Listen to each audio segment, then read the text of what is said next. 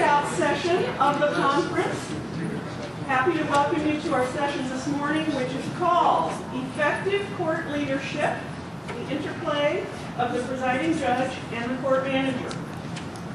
I'm Janet Cornell. I'm Court Administrator with the City Court in Scottsdale, Arizona, and I'd like to welcome you to this session. My role today is to introduce our speakers, and I'm very, very pleased to introduce them. And in fact, we have a judge and we have an administrator. And what I'd like to do first is introduce our speaker judge. Please let me introduce Judge Mary Celeste. She comes from Denver, Colorado. She's been a presiding judge there in 2009, 2010, and has just given up the mantle of presiding judge. She will know what she speaks of.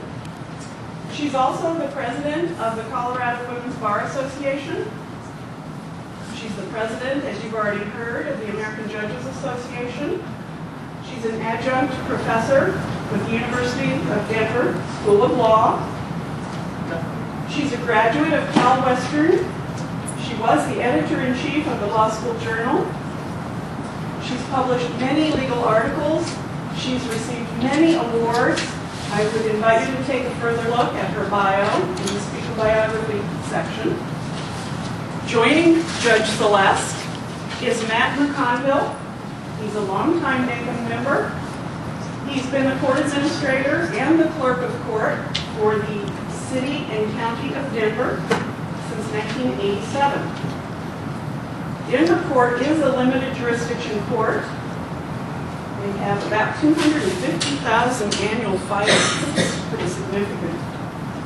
Matt has taught judicial administration at the University of Denver College of Law. He's been a legal administrator with the city attorney's office. He has a Master of Science in Judicial Administration from DU Law School, BA in Psychology from the State University of New York. I first met Matt in 1987. He has been an exemplary court management professional. Now, both these folks are used to life at the mile-high level, right? So, what's the elevation here? Sea level? Sea level, yeah. So, welcome and good luck adjusting to the lower elevation. I can run that mile now. And as I turn the mic over to our presenters, I just want to remind everyone, this is intended to be interactive. We have several handout materials. If you are missing some, flag me down. I'll try to capture some from a vacant seat. And I may need to go make copies. Please make sure whichever device you are using, you turn it off or put it on silent mode, except for those who are tweeting. And with that, I'm very, very happy to introduce our panel, Judge Celeste and Matt McConville. Thank you. Thank you. And before we get to the details of that, because we're just going to take about 10 minutes with this, I just want to give you a little background about Denver County Court. It's a very strange creature. It's created out of the Constitution of the state of Colorado. When the states were being formed, Denver carved out a special provision in our state constitution called the Home Rule provision, which gives more jurisdiction and authority to the Denver County Court than most state courts. And as a result of that, the judge who sits on that bench wears many hats. You heard us refer to a limited jurisdiction court. However, we do felony matters. We do all of the preliminary hearings, the arraignments for felony. We do all of the warrants, both bench and search warrants, 24/7 for the state, for the county, Denver County. We also do all of the county work and misdemeanors, and we also are municipal judges. So depending upon how you rotate through the 17-judge system, you may be doing felony matters, you may be doing misdemeanor matters, you may be doing city ordinance violations. It's a court that has 17 judges, 4 full-time magistrates, and a variety of part-time magistrates. We do anything from traffic to first-degree murder preliminary hearings, and we have about 225 to 250 employees. So that's the backdrop for the Denver County Court. Did you want to add anything about cases and numbers? Well, as a limited jurisdiction court, we handle traffic matters, felonies through preliminary hearing. We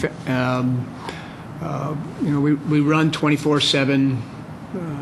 Judge Celeste talked about 250,000 cases a year. But what I really want to say is to tell you that I think the power is in the room. There are a lot of people here who run courts bigger than ours, some smaller than ours. And it would be my hope that not many people ever tell me to speak up. It would be my hope that you would bring forth what's going on in your court as well as we talk about this role of the presiding judge and the court administrator. We are using a structure that was put out by the National Center in 2006 as our structure when we go through the PowerPoint. It's called the Key Elements of an Effective Rule of Court on the Role of the Presiding Judge in the Trial Court. So I've used that as a structure. We have used that as a structure for our PowerPoint part of the presentation. But in front of you right now, as Judge Celeste mentioned earlier, are 2 pages. They're just a little matrix. If you would take 10 minutes to fill that out, and then we'll talk about that. And what it is it's duties on the left-hand side, or issues like successive planning, quality, crisis preparation, etc. And then the 2 lists, whether you believe it belongs to the presiding judge / chief judge, or do you think it belongs to the court manager / district administrator. So just put a check mark. It might take you less than 10 minutes. Just put a check mark in the box where you think that role is applicable. And then when you're done, just look up and we'll get a sense of where you're at. And then we'll just briefly talk about this, and then we'll move on to the PowerPoint.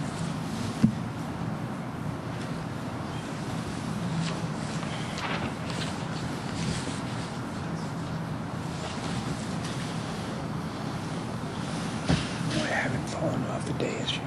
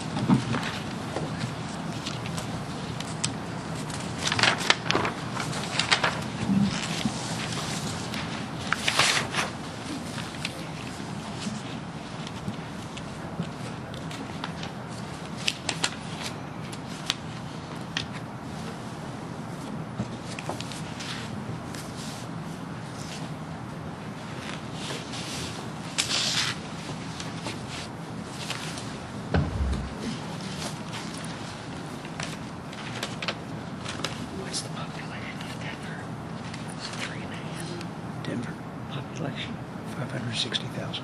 Is that all? Yeah. That's Denver proper. State of Colorado's 5 million. And the county? What's one and the same? Denver proper is both city and county? Yeah. Now the metropolitan area is about 2.5 million.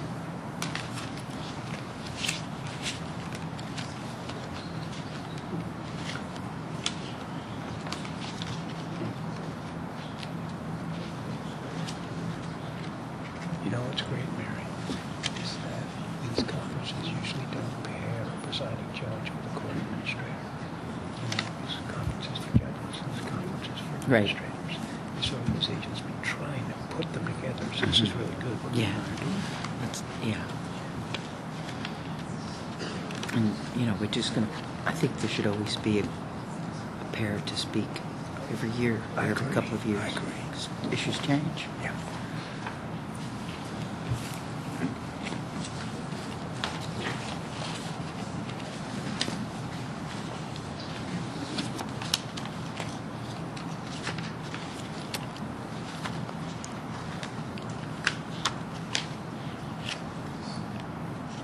Okay, looks like we're just about done. Anybody need some more time? Okay.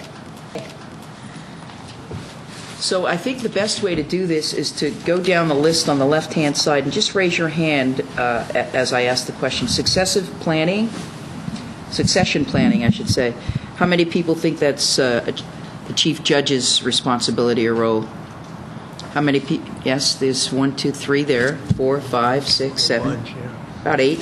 How many people think it's the district administrator's role? Okay, and that's more. How many people think that it's both? Okay.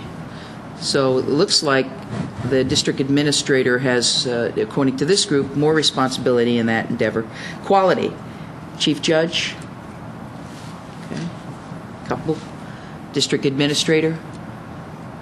A few more. And how about both? Okay. Crisis preparation. How many people think chief judge? How many people think district administrator? And how many people think both?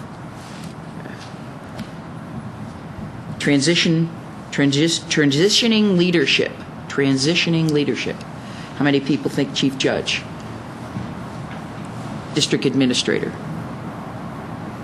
How many people think both? And that one got resounding both. Providing adequate building space and equipment for staff. Chief? Couple. District administrator? Majority. How about both? Small amount. Morale? Chief? Couple. District administrator or court administrator? Couple. How about both? That's got a resounding yes.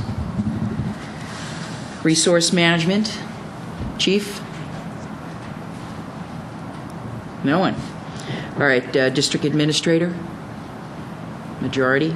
Both? About the same. Motivating employees, chief judge? This one. District administrator, court administrator? Majority. How about both? Building security? Building, not building security, but structural building security. Chief? Couple. District administrator? Majority. Both? Customer service provided to our constituents or customers. Chief? That got a 0. Court administrator? A few. And who thinks both? And that's the majority. Garnering support for implementing new programs, procedures, practices within the district, city, or county. Chief? Couple. Court administrator? Almost less. Both? That got a resounding. Okay. So I'll just, based upon the cursory hands that I've seen, and my counting is as good or bad as it is, it looks like morale, motivating employees, and garnering support for implementing new programs, procedures, practices within the district, city, or county. The majority of you said that that is a responsibility that belongs to both. And the least amount of responsibility on the chief were customer service provided to the constituents, with some saying it belongs to both, fewer saying it belongs to district administrator. And other than that, it looks like there were a lot of people who said both, with the exception of maybe very little of you saying that although both is the independence of the judiciary, very few seeing that as a chief judge role. Now, what's interesting is Matt and I took this quiz a few years ago before I was presiding judge, and we pretty much answered the same way that you did, with the emphasis where you put it. And I'm not certain how this would play out if you had more of an audience of judges as opposed to court administrators. And we'll see that, Jude, when we replicate this with two other individuals at the AJA meeting in San Diego. I hope to see that this tool is used just to see if there's a deviation in there. It seems as though, as court administrators, you would take on probably more responsibility in your answers, and I would venture to guess that the judges would probably do the same and say, yes, that's our responsibility as well.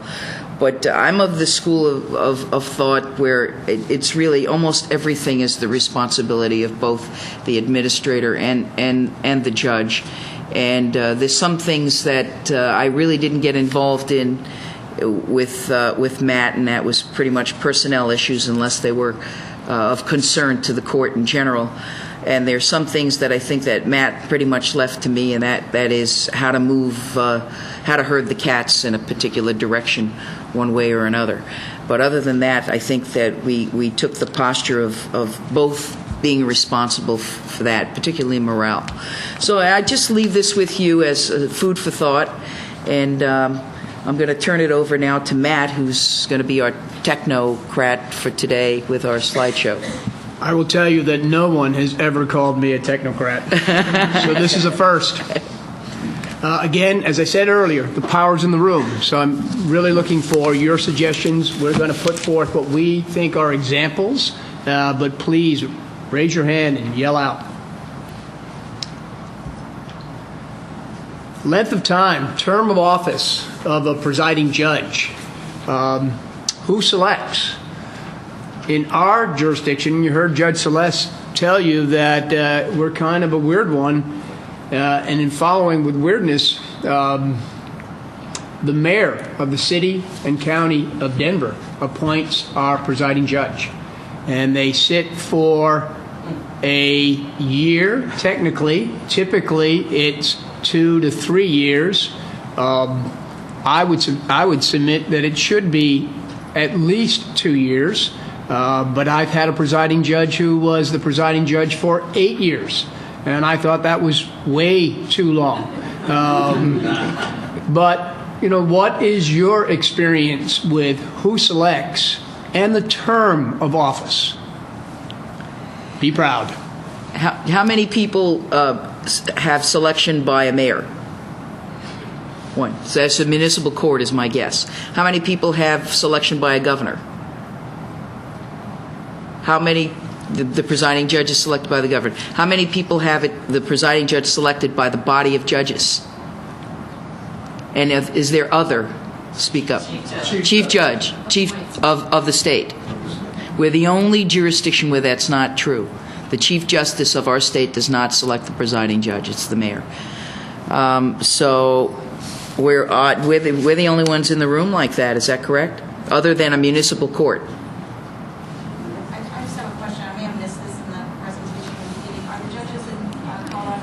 And that's where I was going to go next. So your question was, this is for the folks at the back, are the judges in Colorado elected or appointed? We are one of 13 states that have the merit system, where you go through a nominating commission. You're selected, and 3 names go up to the mayor, and then the mayor selects of the 3, and then we stand for retention, an up or down vote every 4 years. So it's a merit selection state. We're one of 13 states that do that. So it's the mayor, again, who appoints the judge, not just the presiding judge, but appoints judges to the bench, as opposed to a governor. I'm interested for those jurisdictions where the chief or the presiding judge comes from within the court, the judges themselves appoint that PJ. How does that work? Does that work well for you? Is that problematic? Yes. We have an election for a 5-year term by our Board of Judges. Now, we're a general jurisdiction court. So when you say Board of Judges, are you saying your bench, your entire bench? Our entire bench. So the answer was the entire bench has a 5-year, selects a 5-year term. One of the things that we talked about in Denver was to have the judges selected through our bench. And the arguments that we've heard, pro and con, were if a third entity selects, then it doesn't create any political rift or dissension on the bench. Has anyone experienced political rift or dissension when the board or the bench selects their presiding judge? Yes. Well, let me give you a counter question. Yes. Is it a real separation of powers issue to have an executive appointing judiciary? That's my argument. And the question was, is it a separation of powers issue when the executive appoints to the bench? Well, it happens with the governorship as well. Even if it's not the mayor, the governor appoints to the bench in merit systems. So one can certainly see the argument in that. Anyone want to comment about that point? Yeah. Yes. I had a question about the up or down vote. Retention vote. Retention, is that by committee or is that by The electorate. the elected? The electorate votes. So my name would be on a ballot, and the electorate would say, yes, retain her, no, do not retain her. There's an article that's coming out in Court Review, which is an American Judges Association publication. It's actually the white paper that I wrote, and it's about the selection and retention of judges and the debate that's going on across the country about the whether one system or another system is better. So because there's arguments both ways. So if you want to, you can access the Court Review online at the AJA website, and it's I'm a little biased, but I think it's a pretty good rendition of the current debate on that issue. I wish that the presiding judge would come from within the bench and that it wouldn't come from an external entity. I think that creates a better transition. I then know the next judge that's coming on the bench, and when Mary became the presiding judge, she was the presiding judge-elect for about 9 months, 6 to 9 months. So she got to train, started to attend more and more meetings as she came closer to her appointment. I just thought that made good sense. Now, in Denver, we don't know what's going to happen. The mayor sends out an announcement that that the job is open and who wants to apply, and it's hard. You don't know who's applied, and so there's kind of like all this secrecy going on, who applied. So I don't think it's the best system. It's the one that we have. We've got good presiding judges, but I think it would be better if it came from within the bench.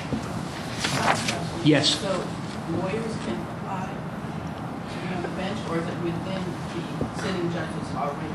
Yeah, so your question was, can lawyers apply, or is it within the judges that are sitting? It is within the judges that are sitting. Lawyers can apply to be a judge, but you can't be a presiding judge unless you're a sitting judge. We're repeating the questions for the filming. Yes, back here. In Georgia, we have just a little bit of everything, but with our appellate courts, with our general jurisdiction superior court, and with our state court, it is almost always who's been there the longest becomes the chief judge, the presiding judge, the chief justice.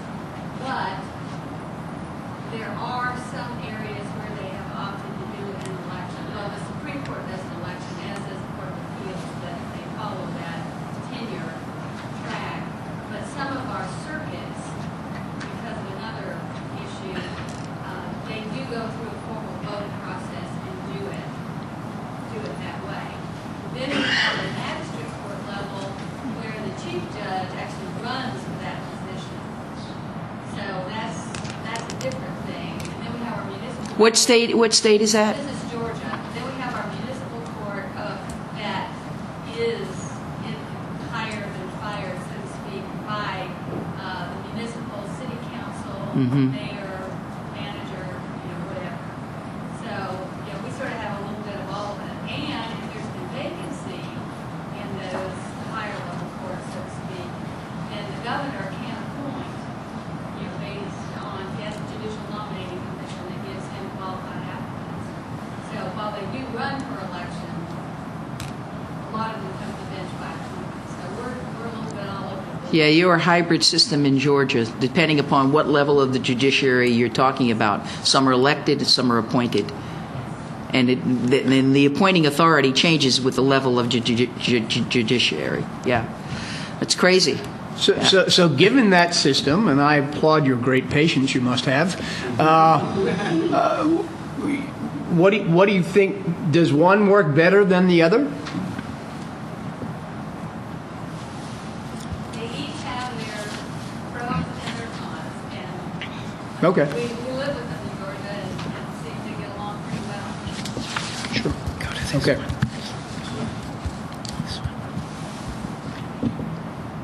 You want to go right to that? Yeah. There we go. Qualifications. Which you're talking about, well, one of the appointments was a tenure-related appointment. In other words, it's based upon the number of years a judge has been on the bench, and whoever is the senior gets the presiding judge position. But that never addresses qualifications, experience, skills, and abilities. So if you use a tenure system, you can get a judge, just because they've been on long in the tooth, gets the chief judge or presiding judge position, and they don't have experience, skills, and abilities. Have you seen that? Oh, yes. Yeah. Yes. I come from Louisiana, but I work in the court in New Orleans, the criminal court. And for many years, the chief judge was selected by seniority. The most senior judge on the bench was always chief judge, but he would or she would have to be elected every year. It became very political about 10 years ago. It was changed to a system where it rotated by senior as each person rotated off 2 years. Whoever was the most senior became the chief. I was always a proponent of the senior judge being chief judge, but now I'm wondering if it should be someone that has the qualifications, the merit to do it, and that really wants the job. Because now I find with the rotation, some of the younger judges that don't really have the administrative experience are becoming chief judge, and it takes them 2 years to just learn the position, and then they rotate off. So I don't think it works either. So what do you think the best method would be? So that every judge, well, this is my thought, that every judge who applies to be a presiding judge makes the pitch to their bench, and they have to meet certain criteria for experience, skills, and abilities, and that's the pitch they make, and the bench themselves would select who they think fits that criteria. And then you leave out the conflict of the branches of government getting involved in that selection, and you may be able to avoid having somebody in that position who really doesn't have a clue. Now, Judge Celeste is good with numbers. It has been very helpful to us in our budget because we are like you. Everybody's struggling with these hard economic times. And it was very useful having her be a numbers person when we went to the budget office asking for money, or when they were telling us what they were going to cut. If you're selecting a presiding judge and you know that you're in for a terrible time budgetarily, you might want somebody maybe with an accounting background. We built a new courthouse recently. I would have loved to have somebody who really knew how to read blueprints inside and out. And we've got some people on the bench that know how to do that, but that doesn't mean that that's the person. If it's the most senior person, well, they're the most senior. So it's an interesting take, is it not? If you can pick people for a task that you know that's coming, that's going to be around for some time. I'm not going to talk much about removal from office. We've talked about qualifications. Appointment or selection, I think we've spoken about that a little bit as well. Qualifications. Okay, caseload adjustment. In our court, the presiding judge has a much reduced caseload. Judge Celeste did murder preliminary hearings and on occasion would cover for other judges who were out or absent, and we wouldn't just bring in a substitute judge. Sometimes we ran out of money, sometimes we ran out of substitute judges. And so the then chief would go and work a courtroom. I think it's important that the chief does have a reduced caseload, but I don't know what your experience is, and what is your experience with your chief? Do they have a reduced caseload? Does that work? Janet. I'm in a municipal court, and our presiding judge has the same caseload as the other judges, which is good because it gives him full exposure to what they have to know and do. He's a peer. Yeah. It's a challenge because then I sort of have to pull him into time on administrative things. If I could do it differently, I would suggest he would have maybe a 60% caseload with the remaining 40% for administrative. But right now he has the same caseload and it is presenting a challenge. Yes. By the time somebody becomes a presiding judge, they've generally, except in that system where you rotate every year, they'll have had the experience. They know that they need to keep on having the experience. And I think that while they're the president judge, I agree with you that it's important that they have a reduced caseload so that you can get the business of running the courts, keep that going. I'm from Georgia, Atlanta, state court. Our chief judge has reduced her caseload. She does have the experience of having a full caseload, and she happens to be the most senior judge. She was elected by a majority of the judges on our court, and we thought it was best with her input and the rest of the judges that she reduce her caseload just so she could be a part of the many meetings, the decision-making process that goes into just running the court. It was just absolutely necessary because the number of meetings that take place, she needed to be at the table, so her caseload was reduced. But it is not reduced in the sense that she doesn't have a idea of what it is to have a full caseload as she's been. We're missing everything she's saying. What, go ahead. I'm from Georgia, and our presiding judge, or our chief judge, what we call it in the state court of Fulton County, does have a reduced caseload, and it was decided by court administration as well as the majority of the judges on the bench that she should reduce her caseload. She does not have the same, issue that was brought up in terms of her not having the experience of having a full caseload, as she happens to be the most senior judge on our bench. But we found that it was in the best interest of the court to reduce her caseload so she could be present at all the meetings that she needs to attend to be part of the decision-making process. Dwayne. I'm from Washington, D.C., and we probably have one of the more unusual systems. All of our judges, believe it or not, even though we are analogous to a state court, all of our judges are appointed by the President of the United States for 15-year terms.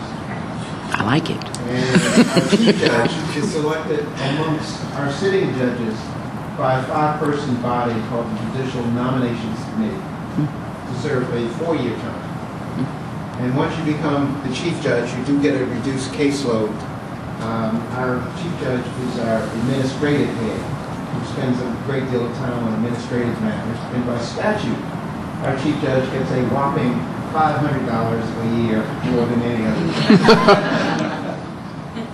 Well, our judges in Denver do not get any more. From my perspective as the court administrator, I like having a PJ with a reduced caseload for what you've already said. You can get to her.